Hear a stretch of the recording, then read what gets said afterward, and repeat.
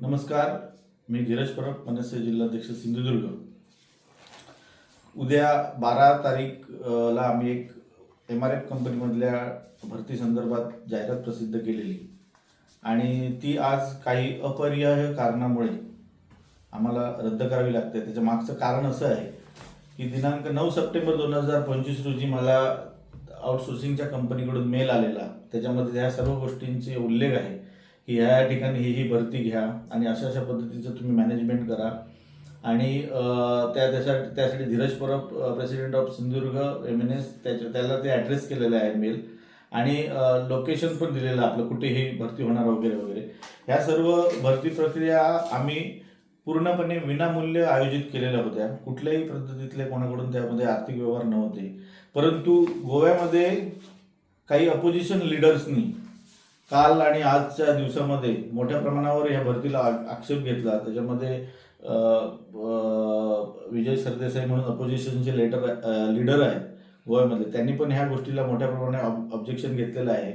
त्याचबरोबर मनोज परब म्हणून एक तिथले लीडर, रिव्होल्युशन गोवा म्हणून त्यांची पार्टी आहे, त्यांनी सुद्धा ह्या गोष्टीचं आमच्या ॲड सकट ऑब्जेक्शन घेतलेलं आहे.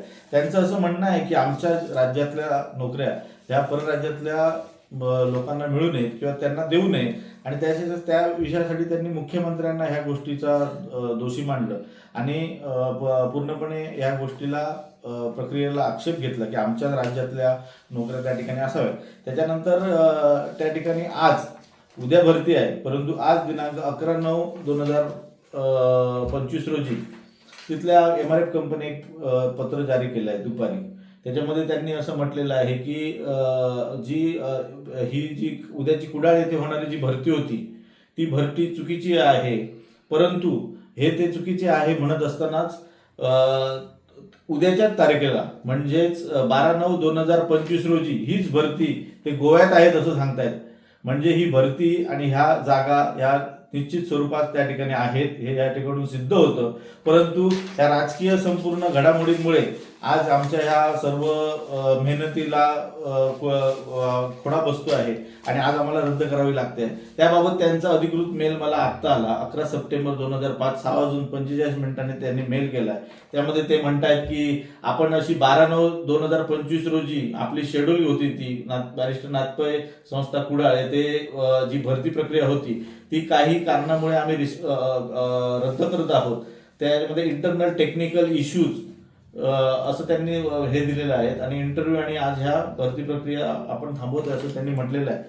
एकंदरीत या सर्व प्रक्रियेमध्ये आमचा उद्देश हा शुद्ध होता. आम्हाला इथल्या स्थानिकांना नोकऱ्या मिळाव्यात हा त्याच्या मागचा आमचा उद्देश होता. परंतु गोव्यातल्या ह्या काही इंटरनल त्यांच्या राजकीय घडामोडींमुळे आज ह्या प्रक्रियेपासून किंवा ह्या सर्व गोष्टी आम्हाला या ठिकाणी थांबाव्या लागत आहेत. माझ्या इथल्या राजकीय लोकांना सगळ्यांना एक विनंती आहे. आज गोव्यामध्ये सत्ताधारी आणि विरोधक हे आपल्या नोकऱ्यांसाठी किंवा आपल्या ह्या जॉब ऑपॉर्च्युनिटीज दुसऱ्या राज्यात जाऊ नये म्हणून आज एकत्र झाल्या. त्याच पद्धतीत आपण आपल्या स्थानिकांच्या रोजगारासाठी कधी ह्या सगळ्या ह्या गोष्टींसाठी एकत्र येणार आहोत. आज गोव्यातल्या त्या राजकीय मंडळींनी जी काही भूमिका घेतली ती त्यांच्या जागेवरती ते बरोबर आहे. परंतु आज आपल्या राज्यामध्ये किंवा आमच्या जिल्ह्यामध्ये आज नोकऱ्यांची वानवा आहे. जे काही राजकीय पक्ष आहेत ते सर्व आपल्या फोडाफोडीच्या राजकारणामध्ये व्यस्त आहेत. परंतु आज आपल्या युवकांना इथे दोन हाताला काम नाही आहे, त्याच्याबद्दल कोणी विचार करत नाही आहे. तो आम्ही एक प्रामाणिक उद्देश ठेवून हे काम करत होतो. परंतु ह्या सर्व राजकीय फेऱ्यामध्ये ह्या भरती प्रक्रिया रद्द झाल्यात. परंतु कुठेही कंपनी असं म्हणत नाही आहे की त्या भरती नाही आहेत. त्या भरती आहेत म्हणतायत, पण ते आज इथे नाही आहेत, तर त्या उद्याच्याच तारीखला तिथे आहेत असं त्यांचं ह्या पत्रामध्ये म्हणणं आहे. त्यांचं हे ऑथोराइज लेटर आहे. सुरेंद्र नायर, प्लांट हेड, गोवा असं त्यांचं पाठीमागे सही करणाऱ्या व्यक्तीचं नाव आहे. त्यामुळे मला अत्यंत या गोष्टीचं वाईट वाटतं आणि मी खेद व्यक्त करतो की ह्या सर्व आमचे जे काही प्रयत्न होते, जी मेहनत आम्ही घेतलेली आणि मोठ्या प्रमाणावरती युवकांचा आणि बेरोजगार लोकांचा आम्हाला पूर्णपणे ह्या गोष्टीला रिस्पॉन्स होता. आम्ही पूर्ण माहिती आणि हे सगळं शेड्यूल आणि आमचं ऑर्गनायझेशन व्यवस्थित होतं.